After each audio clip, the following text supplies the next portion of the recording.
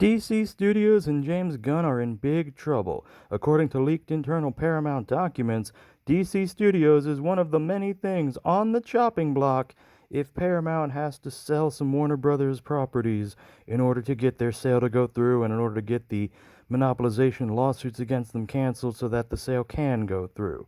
That means we could be looking at another Fox versus MCU scenario where Fox had the right to make X-Men movies and Fantastic Four, and Sony had the rights to make Spider-Man movies and still does, and Disney had to borrow Spider-Man whenever they wanted him for Avengers movies, and they couldn't touch until recently. They couldn't touch X-Men or Fantastic Four. We could be looking at that again. We could have Sony making Batman villain spin-off movies the way they did for Spider-Man villains. We could have Disney making Superman movies. Honestly, his character might fit better over there anyway, if we're being honest. That could be the nightmare scenarios that we're dealing with as DC fans. Here's the question for all of you down in the comments.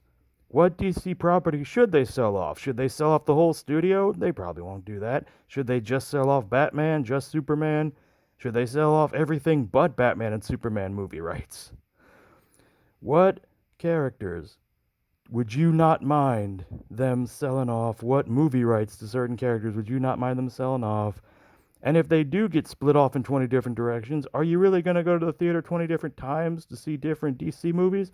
What about the Justice League? What if, Disney buys Wonder Woman movies? Now you can't do a Justice League because Wonder Woman's over there.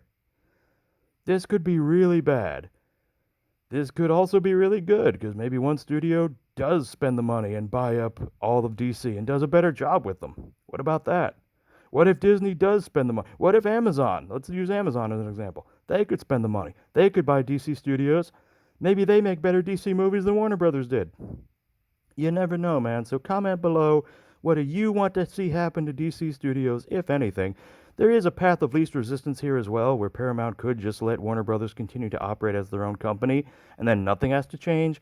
That seems like the easiest route to me, but sometimes in business, the easiest thing isn't the way that things go. So what do you want to see happen to DC Studios? Let's talk about it in the comments.